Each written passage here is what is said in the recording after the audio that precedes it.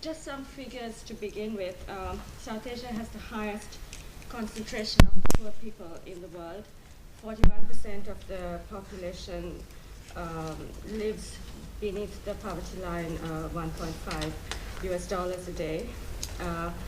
And of that proportion of poor people, women, as we know, the feminization of poverty, women are disproportionately poor, in addition to the fact that it has possibly the worst literacy and education rates for women in the world. So the continent has, the subcontinent, as it were, has this.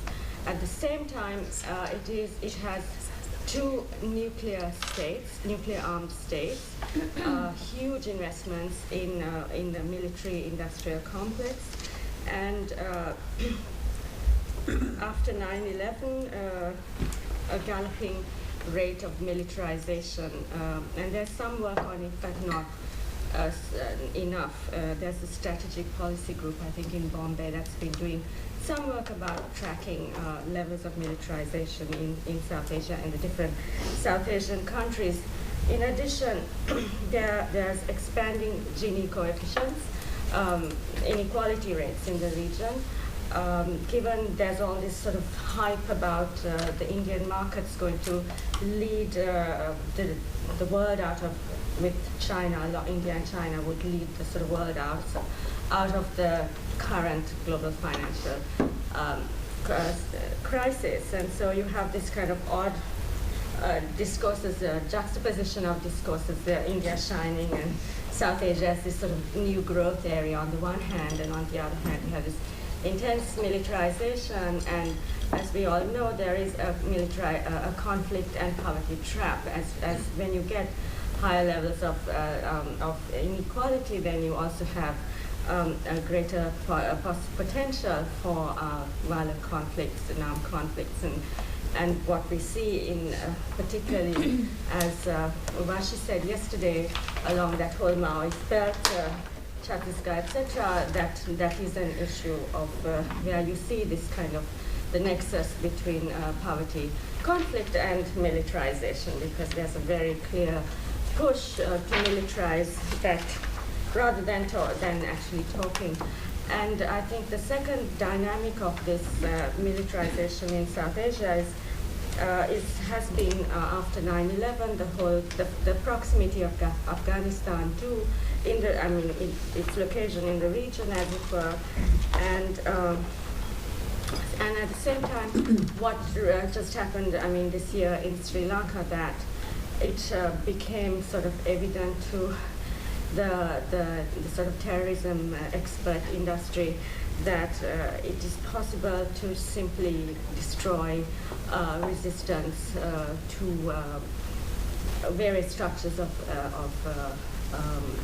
oppression and inequality and all of that. And Sri Lanka is now sort of considered a bit of a model as a way to deal with ethnic conflicts, border conflicts,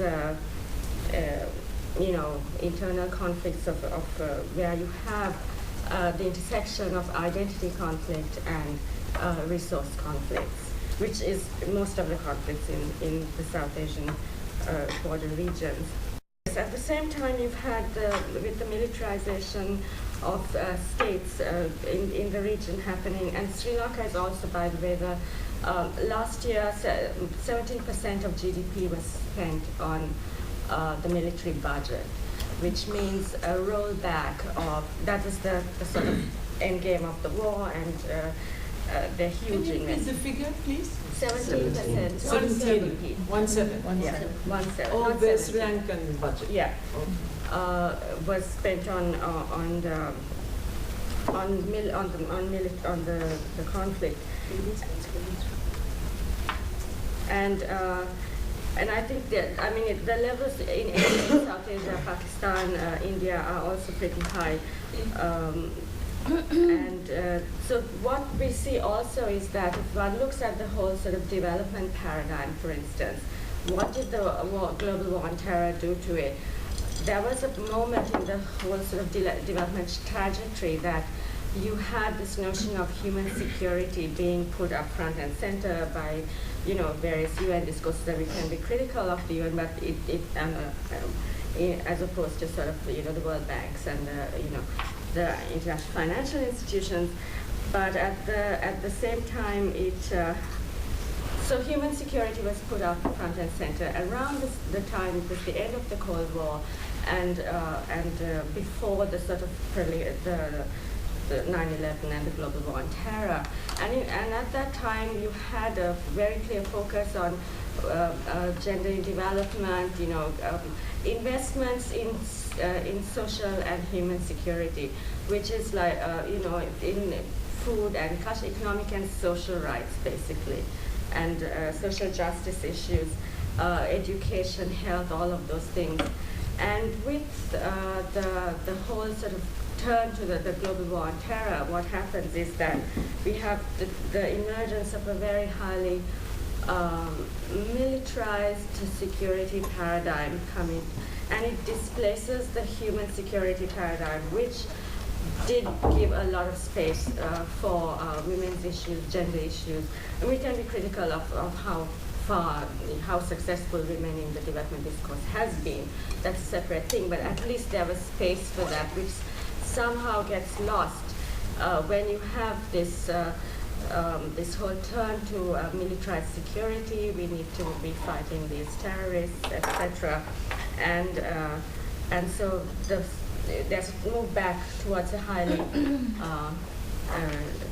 and it's a very sort of patriarchal, a male kind of notion of security. I mean, if you were to sort of do kind of a gender analysis of the two security paradigms, you could say that the human security frame is much more sensitive to the sort of issues that the feminist project would take up, rather than, this kind of highly militarized notion of security, and in huge investments again in arms technologies, etc. Looking at globalization, war and peace in Sri Lanka, and basically what my current work is looking at sort of transnational networks and the way in which various not external, I mean, I'm critiquing that internal-external dichotomy, because I think externalities become internalized over time, and I'm trying to track that process.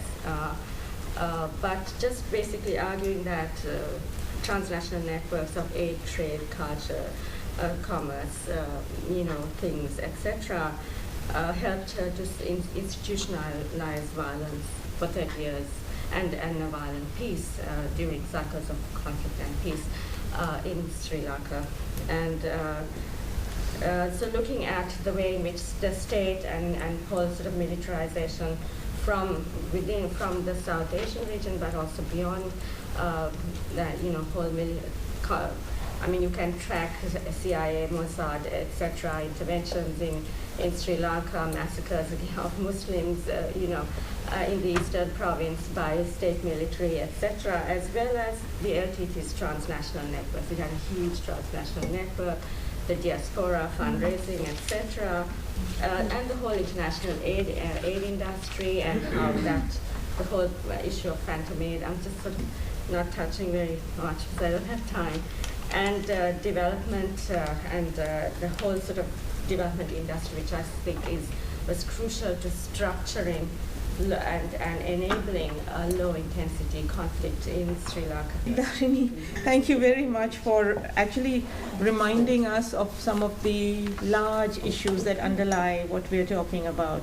Specifically, I think poverty, militarization, livelihoods, resources, these are the things about which the real battles are, with an identity gets sort of superimposed, and also about the nexus of business, politics, and aid, which is fueling all these, and aid not only in the form of donor grants from big, but also in the form of the role the diaspora plays in financing conflicts out of a sort of nationalism and links to home and everything. And I just wanted to mention to you that one of the interesting things that I've discovered, which you probably know, some years ago when I was working on a paper for the UN on conflict was the trade in small arms, which is huge in our part of the world. And I think South Asia is one of the, possibly the second largest purchaser of small arms in the world. And if you see the patterns of that trade, they so closely overlie not only the patterns of conflict, but also the patterns of human trafficking and,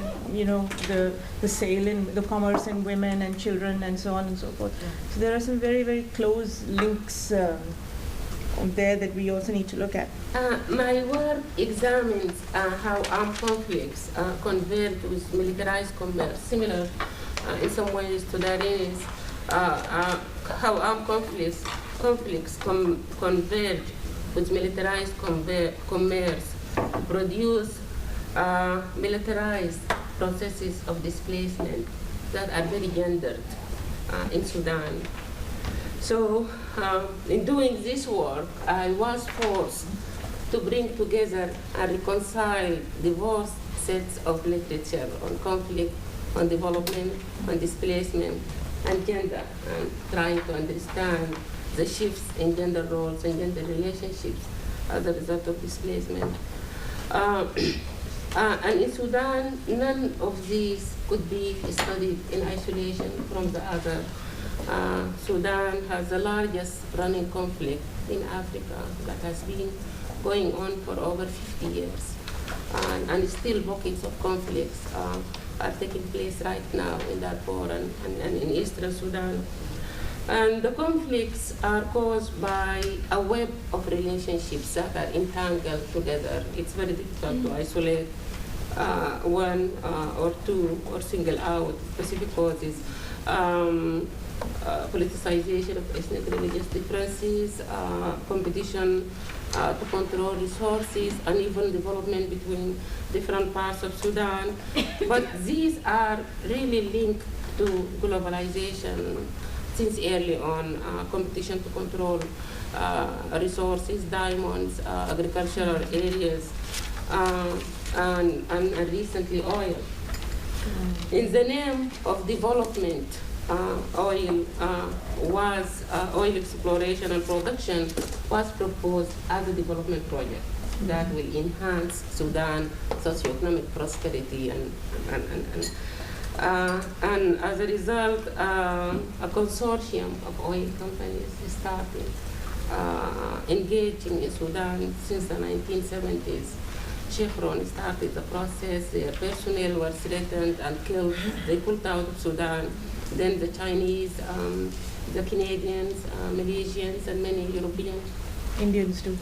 Yeah, when Talisman was forced to sell their shares, kicking and screaming, they sold it to an Indian national company, which now owns 25% of oil shares in Sudan. Ironically, the government of Sudan owns only 5%. 95% of oil resources are owned by multinational corporations. So the oil consortium and these oil companies engage in militarized commerce and become directly implicated in the war because literally the oil exploration is fueling the war, literally. Money and revenues generated from the oil are funding the war. The Chinese actually built a weapon factory in Khartoum. That is directly. So they are implicated directly because the money and the revenues are financing the war, but also oil infrastructures, oil roads and helicopters are used to launch military attacks in order to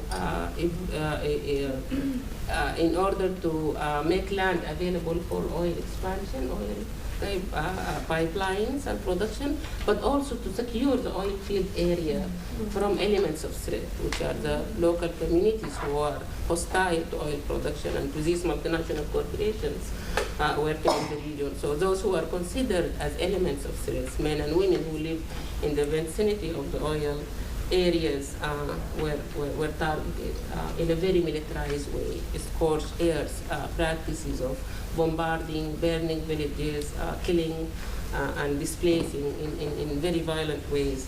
the inhabitants. Most of those who live in the oil field areas are marginalized ethnic groups within the country across ethnic, religious, linguistic, and other boundaries. The Dinka, the Nuer, the Darfuri, and other ethnic groups who are targeted historically by successive national governments in the north and colonial and other practices. As a result, displacement becomes not an inevitable consequence or outcome of the war, but a direct strategy of war.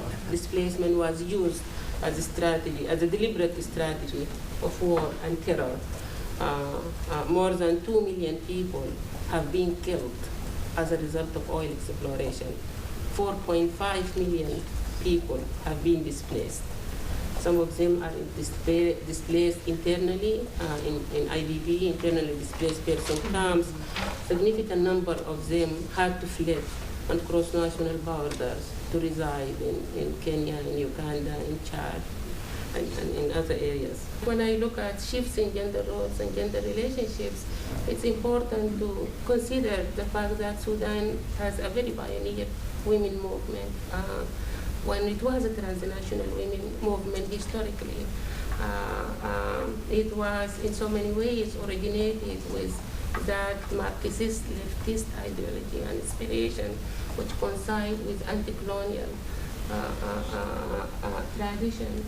And that, in spite of the poverty, in spite of the displacement, provided grounding for women activism at the local and negotiation across differences, as bitter, as difficult as it is locally as well as regionally. And lots of work with Egyptian, with Iraqi, with Lebanese women.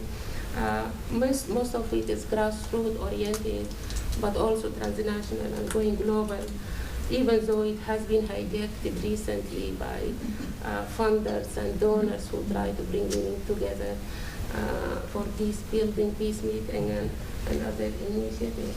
In Iraq now we have 45 military bases. We are promised by the Obama administration that it will be reduced to 4 bases permanently in Iraq, in addition to the US Embassy, the biggest in the world. When I say bases, never think of military bases in a sense of just soldiers there. These are cities, huge cities, absolutely detached from Iraqi society. It's not related to it, with their own supply of everything. But what they need to be in touch with the outside world in this case is Iraq. They need Iraqis, local Iraqis, and what they prefer women. So it started by women going to work for them as cleaners. And doing the laundry. When they like to have some kebab, women going to make the food for them, Iraqi women. Obviously, I mean, this is raised very, very, a troubling thing for me.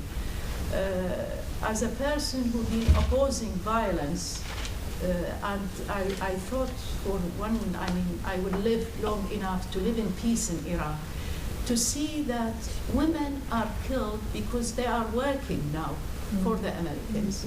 And in most cases, those specific women, and of course, they are presented in the media that they are because they are human rights women, which in some cases they are. But mostly because they're seen by Iraqi society in general as collaborators. So collaboration is a reason to be killed. We know from other resistance movements around the world under occupation, whether it's the French, Algerian, you don't tolerate collaborators. This is no time to tolerate and think about gender and think. Men are killed as collaborators, women should be killed. This is the sense of it there in Iraq. I'm telling you exactly how the way people are thinking there. So, and most cases are poor. In most cases, and sad and iron, are Christians. Women are working in the camps, are Christians. So now we have a new tension created. It's not just women, it's not the fragmentation of the fabric of society, but we are creating the ethnic and religious minorities going into that. As a result of it, of course, there is a bombardment of churches and everything happening. This is by no means a justification of what's happening. But this is a huge, huge problem for me to think about, and it's troubling to many Iraqis, even people who are involved in the resistance. They don't know how to deal with it. The employment is now confined to two sections. Either you are in the government, public servant, you are working, and they're trying to swallow all the unemployment in that sense, because Iraq is not producing anything. There is no more of factories, production, line development, nothing. So in order to almost the outrage of young people, they came up with this policy of less employment in the government. We had before the occupation 2 million public servants in the government. Now they are 4 million, so it's double. So money, the budget is going to feed people doing nothing. You have people sitting there not doing anything. It's false economy, the whole thing. But at the same time, the other outlet for the unemployment and all the US reports, they insisting that the unemployment is pushing people to be, or young people, to join the insurgency. So let's put an end to it. So the end to it is to employment as security forces in the army, and add on top of it the militias.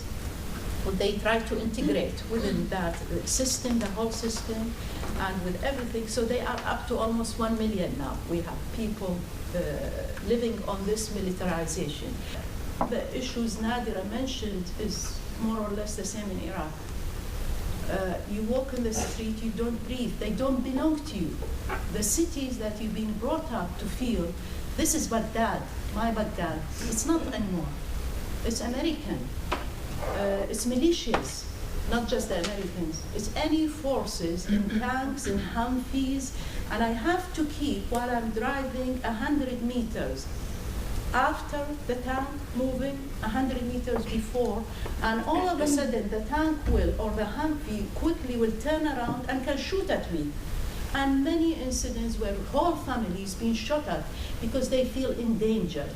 They feel they are young, they feel they are really don't feel secure, but they don't question that it's not their country to feel secure in. They feel they're not secure in other people's countries and occupied lands. So the meaning of security here is totally different than if we sit and talk with other people about it. It's in the West, they don't understand what you're talking about. When we are killed, we are collateral damage. But when they are killed, they are heroes. So it's a questioning of the language is very important to question what kind of language we use to describe, to create concepts, to develop ideas as well. Suicide bombers. In Arabic, because some people call them istishhadiyat, martyrs. In Iraq, if we look at the cases, and I know a couple of people, the cases, I mean, in Iraq, we never, I looked into it, into history. We never had anyone committing suicide, not even poets, mad poets.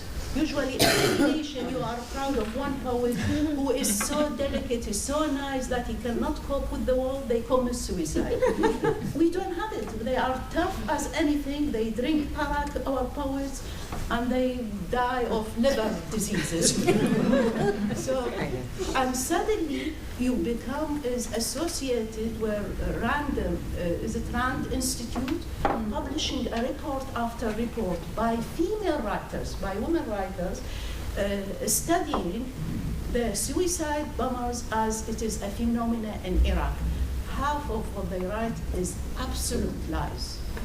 They don't even know the number. They don't know even the circumstances. They don't know anything, but it is now well documented. It's part of the fabrication of history, which is going to be written and registered there, and we're going for future generation to study in our books, as well as their books. Some figures to begin with. South Asia has the highest concentration of poor people in the world.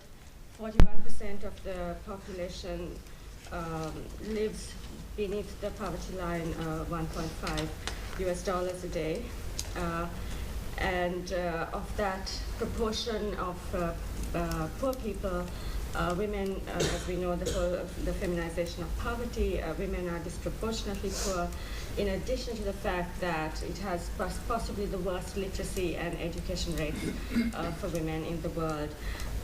So the continent has, the subcontinent, as it were, has this.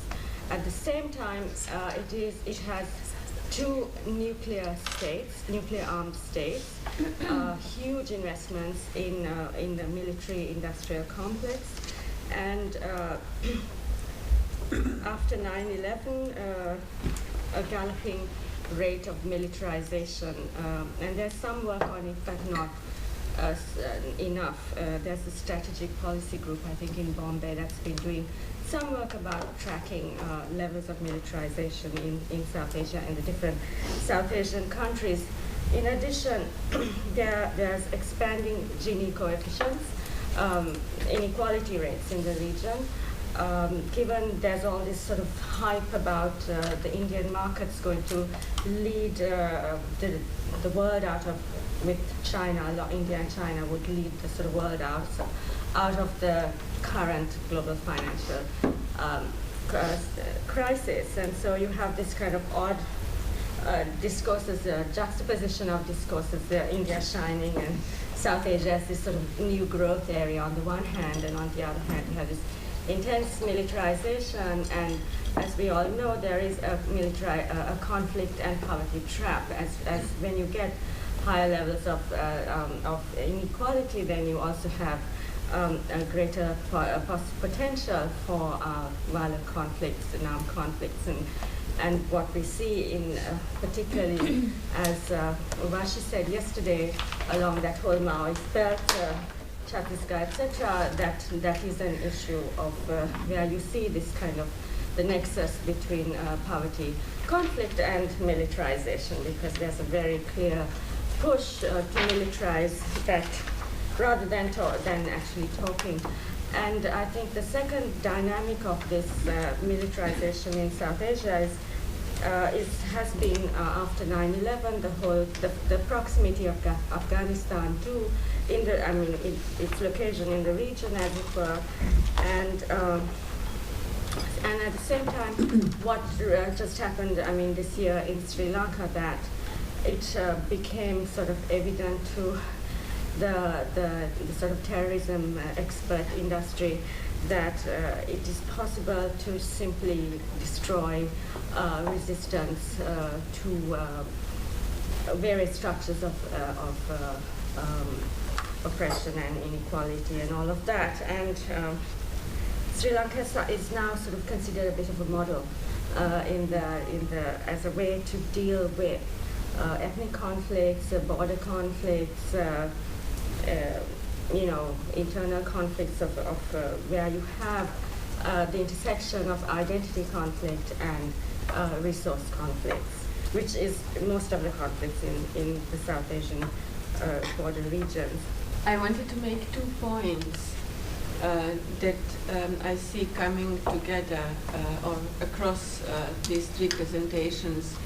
One is what happens when there is a disjunction between kind of gender ideologies and expectations, both individual and personal, and social economic conditions that allow people to achieve these expectations. And I think that comes very nicely in Ahmed's paper, how certain segment of population of women and men cope with these kind of disjunctions. I think it also comes in the other 2 presentations in terms of how both individual, local, family, communities have to find new ways to renegotiate their relationship in that. And from there, I actually want to kind of jump to scholarship, because I think we have often had a lot of nice micro-analysis, as well as a lot of good analysis of global processes. But the way you have brought these together and the way you have showed how pervasive in everyday life the issues, big issues of oil and global economy and militarism are, how they become part of daily lives and struggles. I think this is really a kind of scholarship that we really need more. All the more because I think that feminist study of global political economy is missing, and of war economy. There is a lot of nice work in critical political economy mainstream that looks at war economy, but we have within any stream of feminism very little about that. And the last point, I think it is absolutely crucial to go into it, and to go into it very quickly, because military intervention and militarism is a new strategy of global political economy. It's not that it didn't happen before.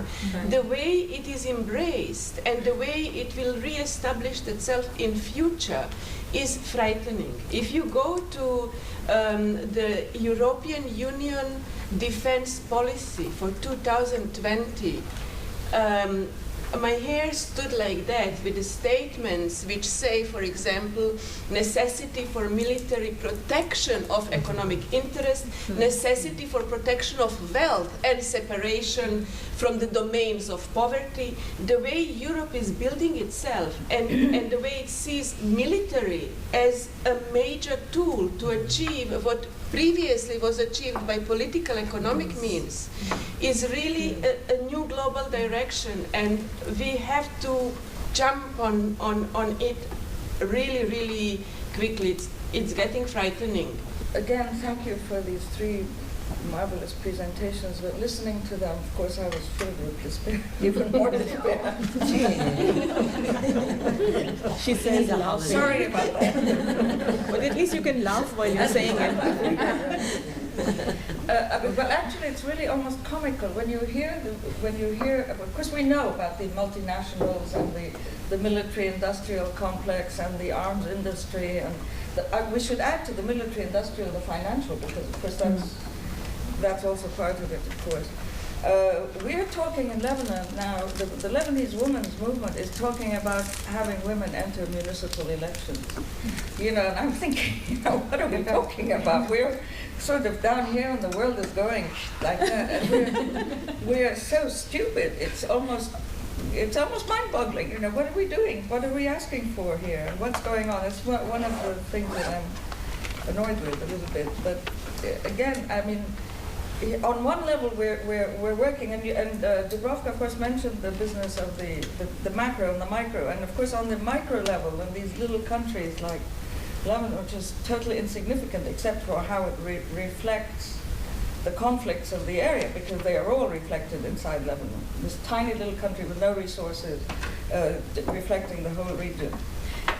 But the military-industrial, the aid industry, the oil industry, for heaven's sake, and so on.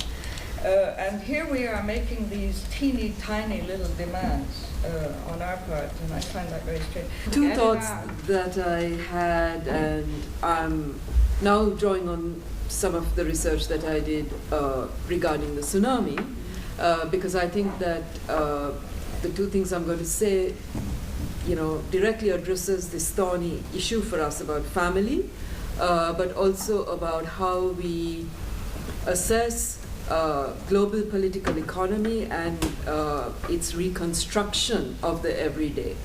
So the first, question that we've been grappling with and wondering how to really locate it is that in the tsunami in the east of the country, which was also affected by the war, you had many villagers that had matrilineal lines of inheritance, where up to 2/3 of villagers, both Tamil and Muslim villagers, were owned by women.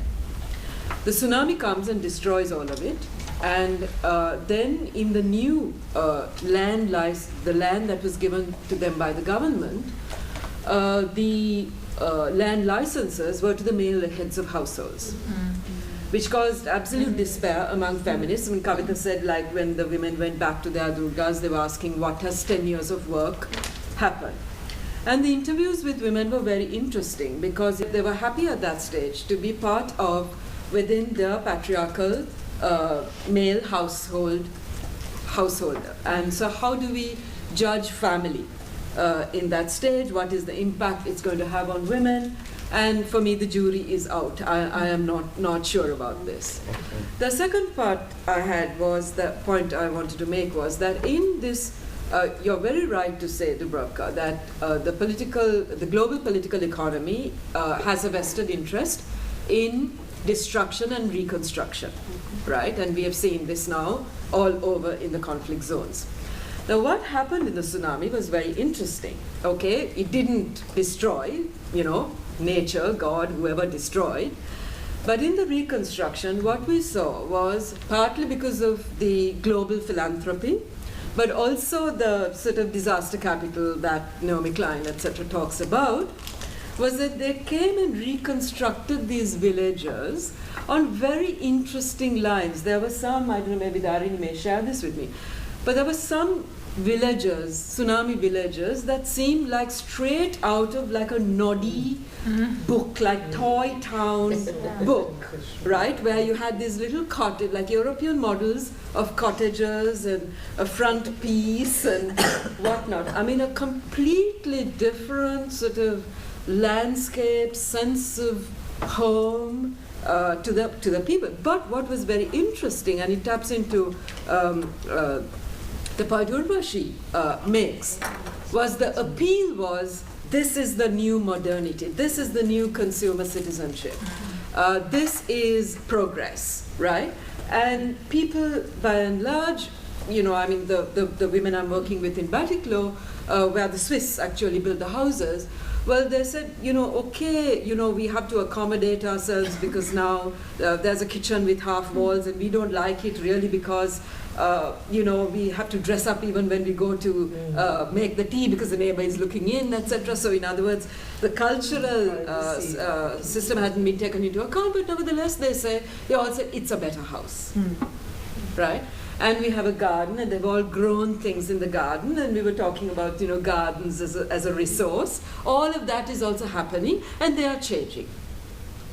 So that's another way, I think, that we have to be alert to the micropolitics of how it's changing. And it's changing because people are using, the global environment is using these situations of destruction to come and refashion, right?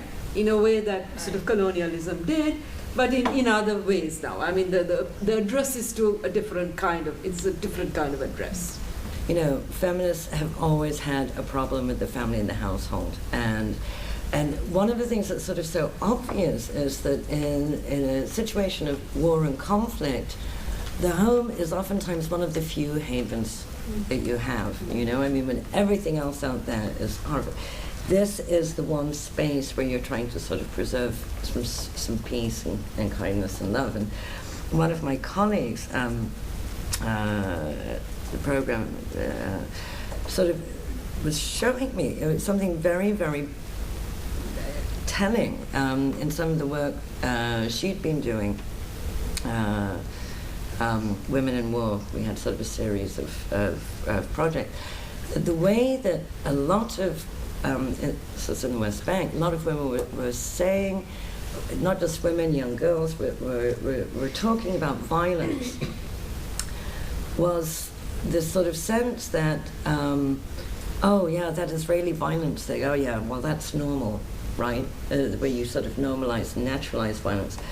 The problem is when we've got conflict in the home, you see? So it sort of feeds very much that sort of, well, yeah, of course, everything around us has collapsed, but that's normal. But when it enters into the house and people are fighting with each other and things are nasty, that's when we're really in trouble. And I think that probably also feeds, in some ways, in what you're talking, which is sort of negotiating. People have to sort of, I know also from one of my students' work who's been working on masculinity, a lot of the men leave the home. The men who are out of work, they go sit in the coffee shop all day, right? Because they don't want to get into conflict. The last thing they want to do is to sort of get into fights in the home. It just sort of brings me to the thing about the change and I think we look as researchers or whatever, we look at a specific case during a specific period of time, and we're sort of seeing things going on, people negotiating. Then we don't know exactly where that's going to go, right? I mean, that's all you can do. There's various levels of reality you can look at, and also your time thing is sort of So I know in our case, when we look at sort of the macro data, there are changes, there are amazing changes that have gone on in terms of gender in Palestine over the last 8 years. I mean, shocking ones. Changes in marriage age, people getting married later, women getting more education and more higher education. I mean, that's not to say the whole picture is like that, but when you get sort of aggregate statistical data, so. And then I see with my students over the last 8 years, I mean, just very, very different kinds of backgrounds who are coming, very different kinds of issues.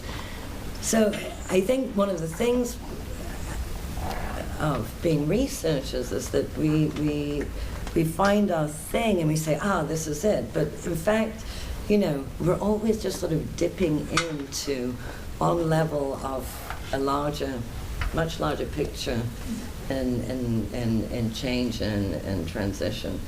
This whole discussion about the family and are we going to valorize the family in the context of a sort of general fragmentation of society? And I suppose in South Asia, immediately we think about nationalisms, ethno-nationalisms, the way in which the nationalist discourse uses the family as this as part of its project to fight and construct the other, as it were. So it makes me uncomfortable, the sort of move to valorize the family, even as I kind of see the logic of that. And as Reina said, you have within families, I mean, in Sri Lanka, for instance, one brother will be with one militant group, the other brother will be with another militant group, and someone else with some other group, and there's been a lot of conflicts within the families itself with regard when you have this sort of general sort of war economy and paramilitarization, as it were. With regard to the war economy needs a feminist analysis. I completely agree with that, and also we see, I mean, it's not just the state where militarization, it's also the non-state actors. The resistance is also very highly militarized, so the question of the resistance then itself becomes a problematic category of analysis, and things have become very blurred. I think the whole issue of globalization really is challenging us to sort of rethink our categories and frameworks and to keep them constantly in motion. But I think at the same time, we may be sliding into seeing globalization as all negative, and I think that's really problematic, because I think globalization is also a very powerful positive force, and it enables a lot of movement, a lot of transformation, and the question is really how to sort of nuance the sort of negatives, as it were, to bring it into the same frame. And I suppose because we are concentrating on globalization and militarism, we're not able to maybe see some of the sort of positives that and the opening up of spaces that and positive transformations that also processes of globalization enables.